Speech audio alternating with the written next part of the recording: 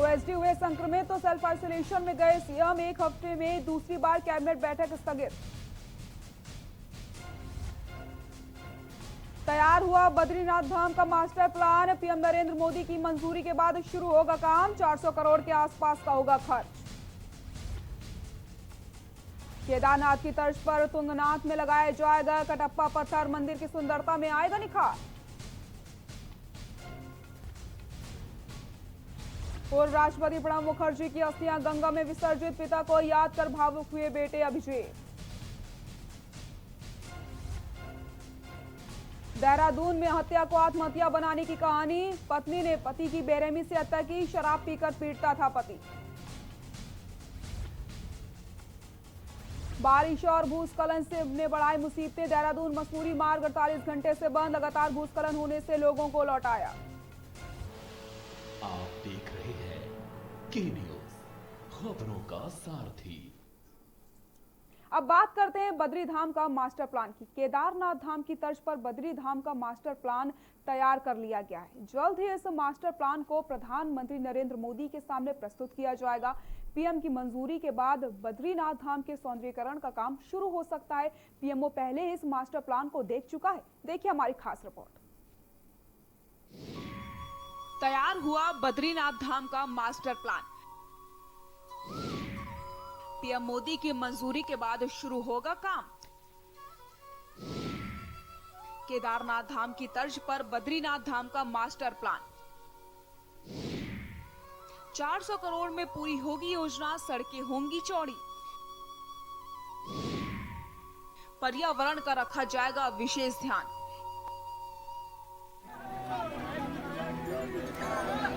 नीराजयते ब्रह्मा नीराजयते विष्णु वेद ऋचां पठते इति मद्चरण सरोजम्। केदारनाथ धाम की तर्ज पर बद्रीनाथ धाम का मास्टर प्लान भी तैयार कर लिया गया है। जल्द ही इस मास्टर प्लान को पीएम मोदी के सामने प्रस्तुत किया जाएगा।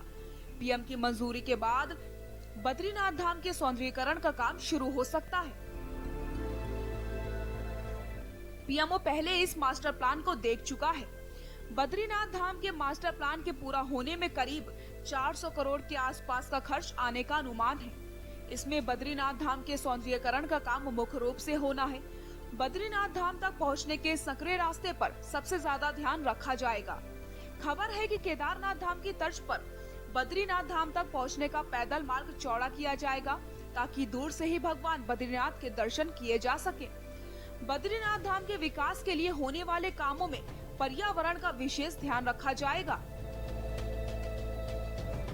बद्रीनाथ धाम के ऊपर ग्लेशियर से किसी प्रकार का नुकसान मंदिर या पूरे बद्री धाम को ना हो, इसके लिए भी योजना में प्रावधान किया गया है। बताया जा रहा है कि पीएम मोदी से मंजूरी मिलने के बाद सर्दियां शुरू होने से पहले ही मास्टर प्लान पर काम शुरू किया जा सकता है।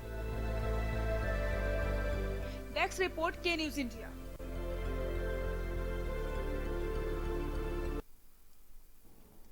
अब बात करते हैं पत्थर से सुंदर होगा तुंगनाथ। भगवान केदारनाथ की तर्ज पर ही तृतीय केदार भगवान तुंगनाथ का मंदिर परिसर भी भव्य और सुंदर बनाया जाएगा। इसके लिए राजस्थान से कटप्पा पत्थर मंगवाया गया है। इससे मंदिर की सुंदरता में 4 चांद लग जाएंगे। कटप्पा पत्थर लगने के बाद श्रद्धालुओं को भी मंदिर भव्य नजर आएगा। क्षेत्र का तीर्थाटन बढ़ेगा। देखिए हमारी खास रिपोर्ट।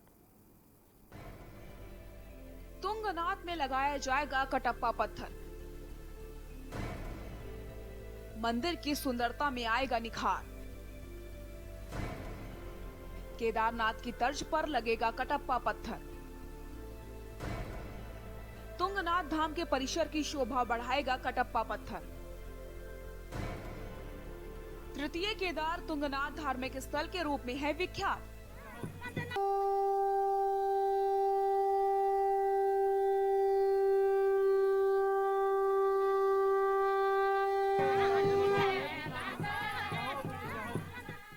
केदारनाथ धाम की तरह राजस्थान का कटप्पा पत्थर अब रुद्रप्रयाग स्थित तृतीय केदार भगवान तुंगनाथ धाम के परिसर की शोभा बढ़ाएगा। 25 सितंबर तक परिसर में पत्थर बिछाने के साथ अन्य सभी काम पूरे कर दिए जाएंगे। धाम में बीते 1 साल से सौंदर्यीकरण, सुरक्षा व बुनियादी सुविधाओं को लेकर निर्माण कार्य चल रहा है। ₹3,42,00,000 की लागत से हो रहे निर्माण कार्यों के तहत मंदिर परिसर के 500 वर्ग फीट पर कटप्पा पत्थर लगाया जाना है। सुरक्षा को ध्यान में रखते हुए यहाँ दीवार भी बनाई जा रही है। साथ ही पेयजल व बिजली की व्यवस्था के लिए जरूरी काम किए जाने हैं। यहाँ के मठापति प्रबंधकों का मानना है कि सौंदर्यीकरण और बुनियादी सुविधाएं से तृतीय केदार की यात्रा को नया आयाम मिलेगा, तीर्थाटन बढ़ेगा और स्थानीय लोगों को रोजगार भी मिल सकेगा। बता दें कि पर्यटन की दृष्टि से चोपता दुगलबिट्टा क्षेत्र खासा महत्व रखता है, जबकि तृतीय केदार तुंगनाथ धार्मिक स्थल के रूप में विख्यात है। यहाँ यात्रा सीजन में बड़ी संख्या में तीर्थयात्री पहुँचते हैं, जबकि शीतकाल में भी पर्यटन का आनंद लेने के लिए लोग मंदिर के करीब और चंद्रशिला तक जाते हैं। तुंगनाथ क्षेत्र के विकास के लिए पर्यटन विभाग के सहयोग से यहाँ यात्रियों के बैठने की व्यवस्था की जा रही है, जबकि सुरक्षा दीवार और अन्य बुनियादी कार्य भी हो रहे हैं। जिलाधिकारी वंदना सिंह ने बताया कि मंदिर परिसर के 500 वर्ग फीट क्षेत्रफल में कटप्पा पत्थर लगाया जा रहा है। ये पत्थर राजस्थान से मंगवाया गया है। इसके लगने के बाद मंदिर परिसर की सुंदरता में और भी निखार आएगा। उन्होंने बताया कि पूर्व में वह तुंगनाथ क्षेत्र का भ्रमण कर यहाँ की व्यवस्थाएं देख चुकी हैं और कार्यदायी संस्था को समय पर कार्य पूरा करने के निर्देश दिए गए हैं। मंदिर के जो चारों तरफ सुरक्षा दीवार है, ड्रेनेज चैनल है, वहाँ पे जो टॉयलेट मंदिर परिसर के समीप बनाए जाने हैं, उन कार्यों को कर लिया गया है। जो मंदिर के चबूतरे का सौंदर्यीकरण और पुनर्निर्माण का कार्य है, वर्तमान में वो ऑनगोइंग है। उसमें सभी के द्वारा जो वहाँ सामान्य जनप्रतिनिधि हैं एवं जो मंदिर समिति के सदस्य हैं, ये डिमांड की गई थी कि केदारनाथ में जिस तर्ज पर पत्थर से चबूतरे का निर्माण और सौंदर्यीकरण किया गया है, उसी प्रकार से इसको भी हम तुंगनाथ में भी टेकअप करें। तो उसके क्रम में अभी हम लोगों ने परियोजना की जो इकाई है उनके साथ लास्ट वीक मीटिंग की और मीटिंग करने के बाद ये निर्णय लिया गया है कि वहाँ अभी वर्तमान में एक विशेष पत्थर कडप्पा स्टोन के नाम से जो है जिसको मंगवाया गया है। रुद्रप्रयाग से के न्यूज के लिए रोहित डिमरी की रिपोर्ट।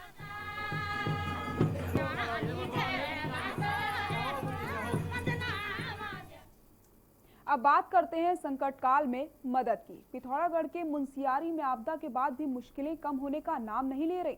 एक शख्स की मौत के बाद उसके शव को गांव तक लाने के लिए आईटीबीपी के जवानों और ग्रामीणों को कई किलोमीटर पैदल सफर तय करना पड़ा।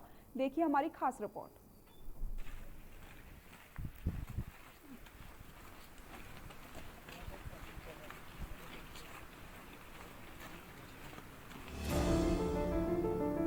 पिथौरागढ़ के मुंशियारी में आपदा के बाद भी मुश्किलें कम होने का नाम नहीं ले रही। एक शख्स की मौत के बाद उसके शव को गांव तक लाने के लिए आईटीबीपी के जवानों और ग्रामीणों को 22 किलोमीटर का पैदल सफर तय करना पड़ा। ऐसे में आपको आपदा पीड़ित क्षेत्र में लोगों की मुश्किल का अंदाजा लग गया होगा।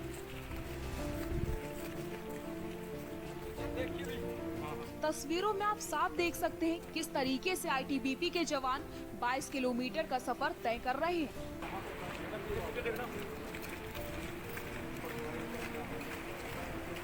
आपको बता दें, पिथौरागढ़ में मवानी दवानी आईटीबीपी के लिए एक कुली के रूप में काम करता था, जो अपने काम पर राशन और आवश्यक सामान लेकर उच्च ऊंचाई पर शिविरों में जाता था। 28 अगस्त को राणा बख्तियार में आईटीबीपी चौकी के लिए जा रहा था, जब वह एक भूस्खलन की चपेट में आ गया और उसकी मौके पर ही मौत हो गई।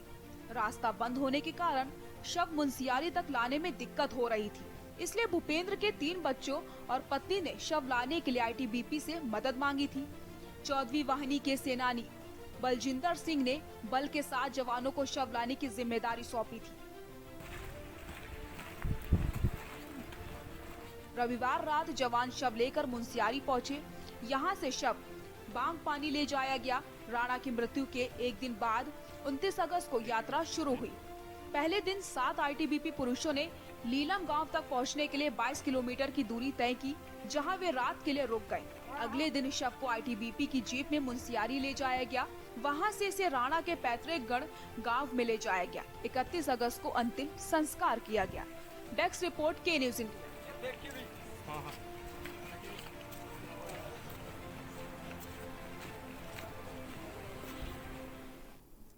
अब बात करते हैं सरोवर नगरी में लौटी रौनक की। सरोवर नगरी नैनीताल में फिर से पर्यटकों की रौनक शुरू हो चुकी है। झील में आज से बोटिंग भी शुरू हो गई है, जिस वजह से सूनी पड़ी झील फिर से गुलजार हो गई है। कुछ पर्यटक तो ऐसे भी थे जो पिछले 3 दिनों से बोटिंग खुलने का इंतजार कर रहे थे। देखिए हमारी खास रिपोर्ट। अनलॉक 4 की गाइडलाइंस में बदलाव। अब 2000 से ज्यादा जा सकेंगे पर्यटक। सरोवर नगरी में लौटने लगी पर्यटकों की रौनक। लाइफ जैकेट्स के साथ बोट्स भी सैनिटाइज। 2000 पर्यटक की सीमा को राज्य सरकार ने हटाया।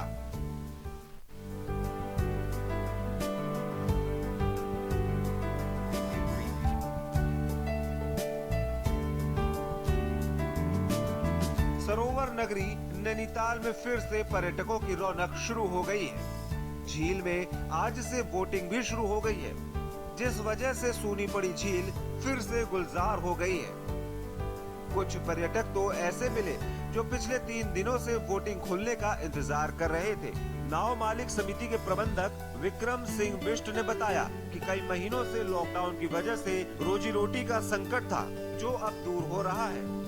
नैनीताल से कोरोना न फैले, इसके लिए सभी पुख्ता इंतजाम किए गए हैं। सभी लाइफ जैकेट्स को सैनिटाइज किया गया है, बोट्स को सैनिटाइज किया गया है। साथ ही टिकट काउंटर पर सैनिटाइजेशन और स्क्रीनिंग के बाद ही टिकट दिया जा रहा है। एंजॉय कर रहे हैं, आज से ही बोटिंग खुली है। हमने बोटिंग भी बहुत एंजॉय किया है यहाँ पे। 5 दिन से हम लोग यहाँ एंजॉय हम लोग यहाँ पे 3 दिन से बोटिंग का वेट कर रहे थे सिर्फ, और 3 दिन से यहाँ पे रुके हुए थे सिर्फ बोटिंग की ओपन होने की वजह से। जिला पर्यटन विकास अधिकारी अरविंद गौड़ ने बताया कि अनलॉक 4 की गाइडलाइंस लागू हो रही हैं। इसमें राज्य सरकार द्वारा कुछ बदलाव किए गए हैं। अनलॉक 4 के स्टार्ट के बाद जो 4 अगस्त की पुरानी गाइडलाइंस स्टेट गवर्नमेंट द्वारा इशू की गई थी, उनमें अभी जो मॉडिफिकेशन आया बेसिकली वो जो आज से इम्प्लीमेंट हो रहा है। इसमें 2 चेंजेस हुए हैं राज्य सरकार द्वारा। पहला, इसमें पहले सिर्फ RT-PCR रिपोर्ट ही एप्लीकेबल थी, अब इसमें ट्रू नेट रिपोर्ट लेके भी टूरिस्ट आ सकता है। और इसके अलावा दूसरा जो इसमें चेंजेस आया है, इसमें पहले जो डेली कैप थी 2000 टूरिस्ट पर डे उत्तराखंड आने की, अब ऐसी ये कोई अपर सीलिंग नहीं है। आपको बस स्मार्ट सिटी पोर्टल में रजिस्टर करके यहाँ उत्तराखंड में आना होगा। जैसे पहले NT-PCR रिपोर्ट जरूरी थी, पर अब पर्यटक DSCL लिंक पर रजिस्टर कर ट्रूनेट रिपोर्ट लेकर भी पर्यटक यहाँ आ सकते हैं। साथ ही पहले राज्य में केवल 2000 लोग प्रतिदिन आ सकते थे, लेकिन अब इस सीमा को उत्तराखंड राज्य से हटा दिया गया है। स्पेशल डेस्क के न्यूज इंडिया।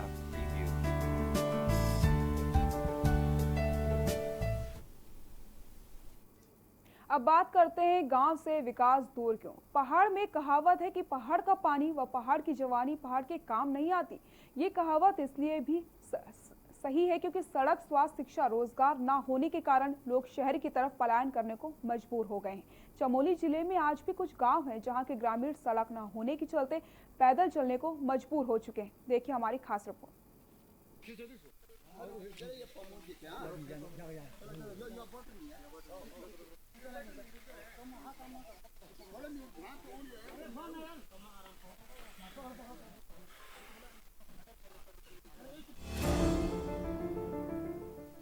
पहाड़ में कहावत है कि पहाड़ का पानी और पहाड़ की जवानी पहाड़ के काम नहीं आती।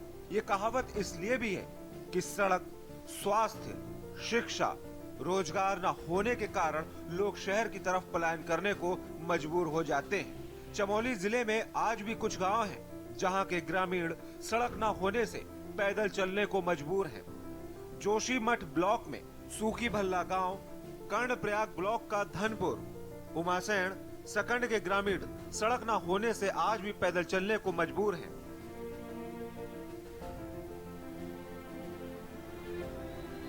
जिसका कारण राजस्व विभाग, वन विभाग, सड़क निर्माण करने वाले विभागों द्वारा समय पर कार्रवाई न होना है। ग्रामीणों का कहना है सरकार ने हमेशा उनकी अनदेखी की। आजादी के बाद भी सराय थोटा से सूखी भला गांव पैदल 5 किलोमीटर मोटर मार्ग जो 1992 में स्वीकृति हुई थी, आज तक नहीं बन पाई है। ग्रामीणों ने कई बार विधायक, सांसद, मुख्यमंत्री हेल्पलाइन पर भी शिकायत व ज्ञापन दिया था, लेकिन आज तक इस विषय पर कोई कार्रवाई नहीं हुई, जिससे ग्रामीणों का शासन प्रशासन से विश्वास उठ रहा है। बहरहाल आजादी के आज भले ही 73 साल पूरे हो गए हैं, लेकिन गांव की तस्वीर और तकदीर नहीं बदली है। गया है कहाँ यहाँ से 1.5-2 किलोमीटर दूर जाना पड़ता हमको। बुढ़ापे है तो हमसे चल नहीं पाता है, न गाड़ी न घोड़ा है, इसलिए हमें यहाँ रोड जरूर चाहिए। बिना रोड से हमारे बस का तो है ही नहीं। कभी बीमारी लगे, दुख लगे तो कहाँ से किस में जाएंगे हम? पैदल तो अब जब ज़्यादा बीमार हो तो कैसे पैदल चले हम? इसलिए हमें रोड जरूर चाहिए।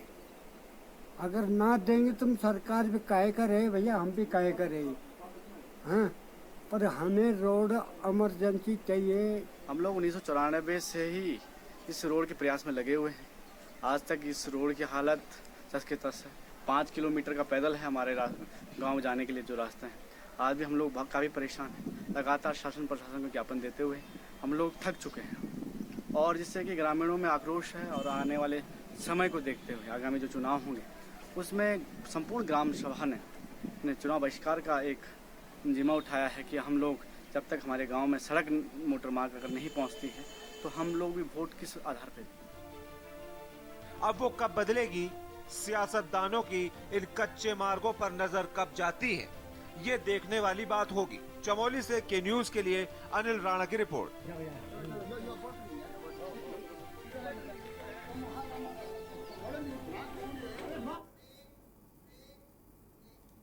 यहाँ रुकते हैं एक छोटे से ब्रेक के लिए, जल्द हाजिर होते हैं।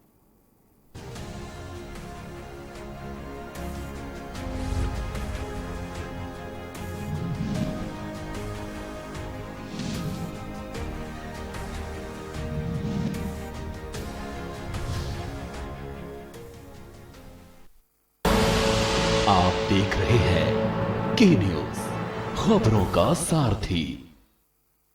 खुदी को आजमाया है तो ये अंदाज आया है, खुदी को आजमाया है तो ये अंदाज आया है।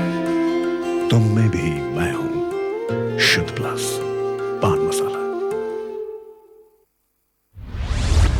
केबल ऑपरेटर्स जो पहुंचाते हैं आप तक हमारी हर बात, सजगता और समझदारी जिनकी है पहचान, जो है कोरोना योद्धा, जो है जिम्मेदार।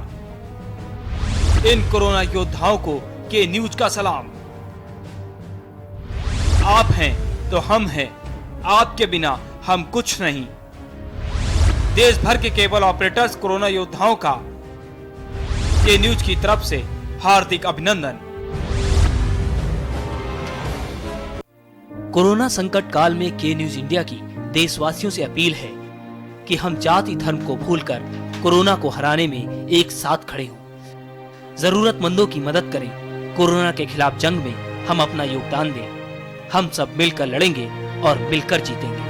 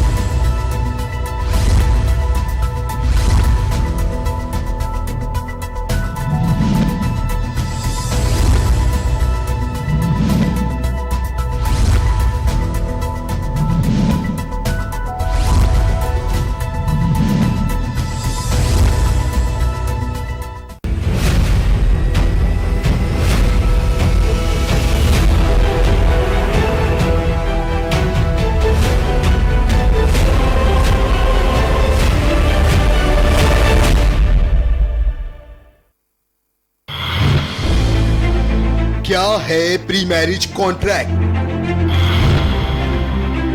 क्यों करते हैं प्री मैरिज कॉन्ट्रैक्ट। आप देख रहे हैं के न्यूज, खबरों का साथ।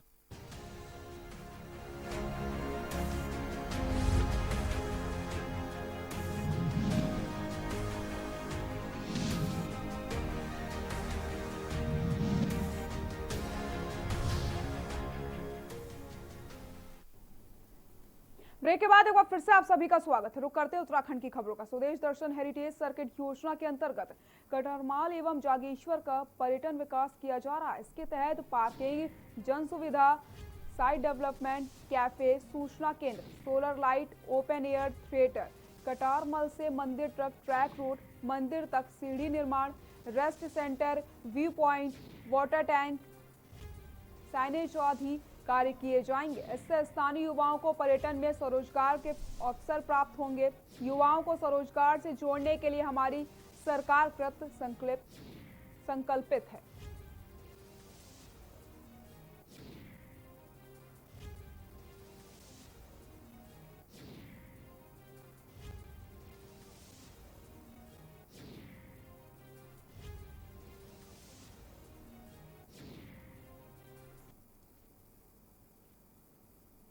पौड़ी में मंगलवार को आयुक्त गढ़वाल मंडल रविनाथ रमन ने अपने कैंप कार्यालय पौड़ी में वीडियो कॉन्फ्रेंसिंग के माध्यम से जिला विकास प्राधिकरण उत्तरकाशी के प्रथम बोर्ड बैठक की अध्यक्षता करते हुए महत्वपूर्ण निर्णय लिया, जिसमें जिलाधिकारी उत्तरकाशी मयूर दीक्षित सहित संबंधित अधिकारी एवं देहरादून से शहरी विकास विभाग के संबंधित अधिकारी वीडियो कॉन्फ्रेंस के माध्यम से प्रतिभाग किया। उन्होंने जिलाधिकारी उत्तरकाशी एवं शहरी विकास देहरादून के संबंधित अधिकारियों से उक्त जिला विकास प्राधिकरण की क्रमवार समस्त बिंदुओं पर अग्रिम कार्रवाई हेतु विस्तृत चर्चा करते हुए आवश्यक दिशा निर्देश दिए।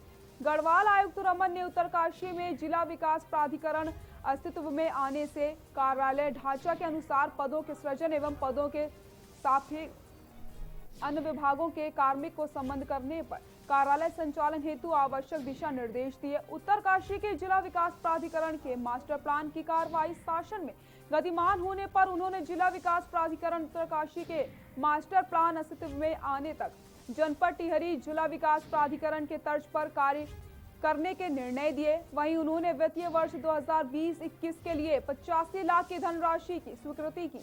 उच्चतम न्यायालय के आदेश के क्रम में समाधान हेतु शासन द्वारा बनाए गए Bhagirathi river front development authority पर भी विस्तार पूर्वक चर्चा करी गई।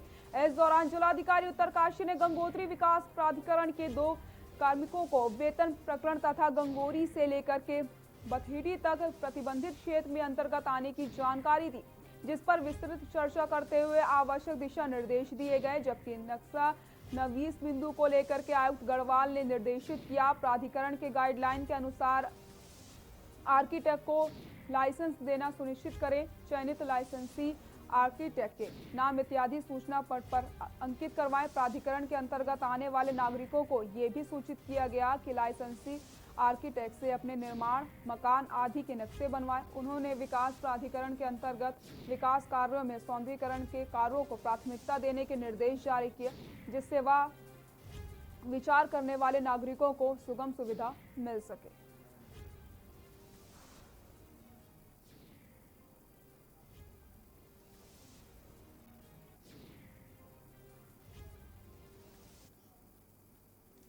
बागेश्वर जिलाधिकारी विनीत कुमार ने आज राजकीय स्नातकोत्तर महाविद्यालय बागेश्वर में ईवीएम मशीन के लिए बनाए गए strong room, CCTV control room का मासिक निरीक्षण करके सुरक्षा व्यवस्था का जायजा लिया।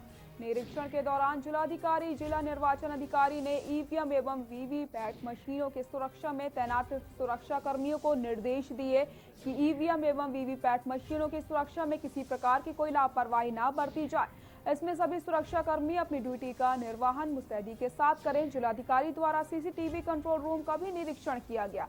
निरीक्षण के दौरान जिलाधिकारी ने सभी व्यवस्थाएं दुरुस्त पाई। निरीक्षण के दौरान उप जिलाधिकारी बागेश्वर राकेश चंद्र तिवारी, सहायक निर्वाचन अधिकारी आरसी आर्य, तहसीलदार नवाजिश कलीक सहित संबंधित अधिकारी एवं कर्मचारी मौजूद रहे।